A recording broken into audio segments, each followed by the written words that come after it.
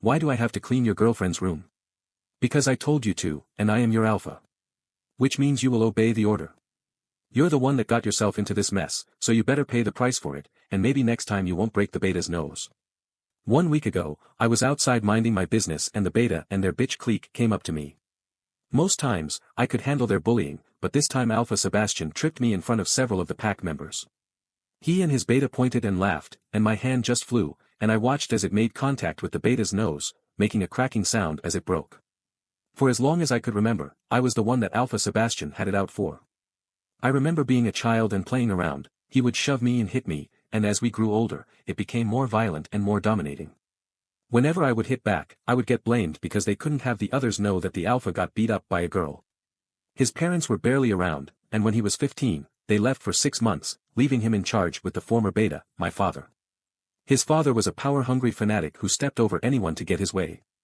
His mother always just gawked over whatever diamond her husband bought her, and their 2 kids, Sebastian and his sister Elsa, were spoiled rotten.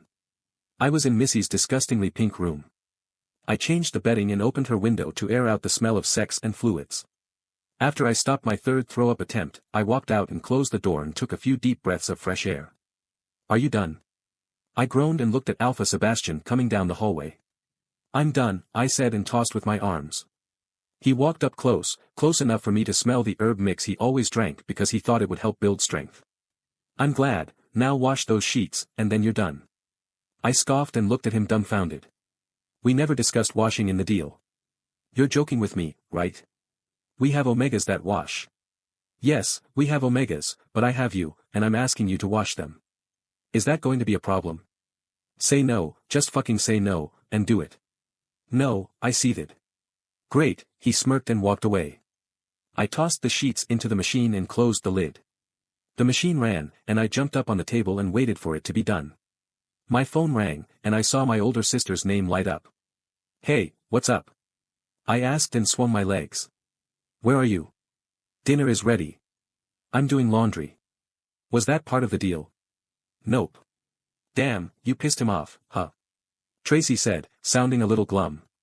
Yeah, you know, I think it started that day when Mom went to the hospital, and I came out of her. I'm 100% sure that that's when the hatred began. She laughed on the other line, and I lifted a brow. Whatever, just get home soon, alright? And if he tells you to do something else, just break his nose and take the punishment for it, Tracy. My mom scolded her in the background. I mean no, don't do that, just get home before the dinner gets cold. We hung up, and the machine beeped.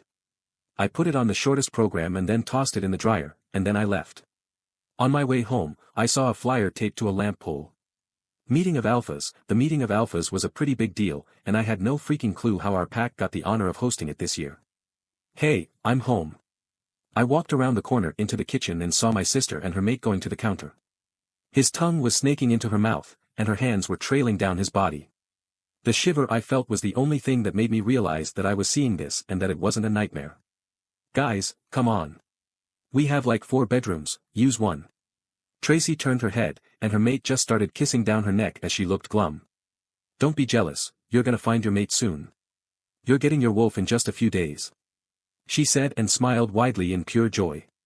3 days to be exact. I had been counting them down to the second, and I couldn't wait. Not because I would find my mate, but because I could finally fight with the others. We sat down around the table. I saw my dad's hand snake around my mother's waist, and I gagged.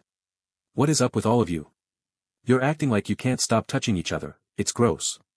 Honey, it's the heat. You know what that does to werewolves, my mother said and looked lovingly into my father's eyes. You'll feel it too, so you better stay inside the next few days, Tracy said. Male wolves during heat season were nothing to play with. All I saw on the streets the next day was people going at it. In the midst of them all planning for the meeting of the Alphas, they would pause the painting to lick each other's faces. I walked up the wooden stairs in the pack house and down to Alpha Sebastian's room and knocked on the door but didn't get an answer. Hello? I screamed. Come in. I opened the door and gasped. Ah, fuck, Sebastian. She moaned. Shut up, we have a guest. His hand was entangled in Missy's hair, and he pushed her head down to his exposed length. She took it in her mouth and started sucking him off. I turned my head and put a hand on my stomach when I felt the dinner from yesterday fighting its way up.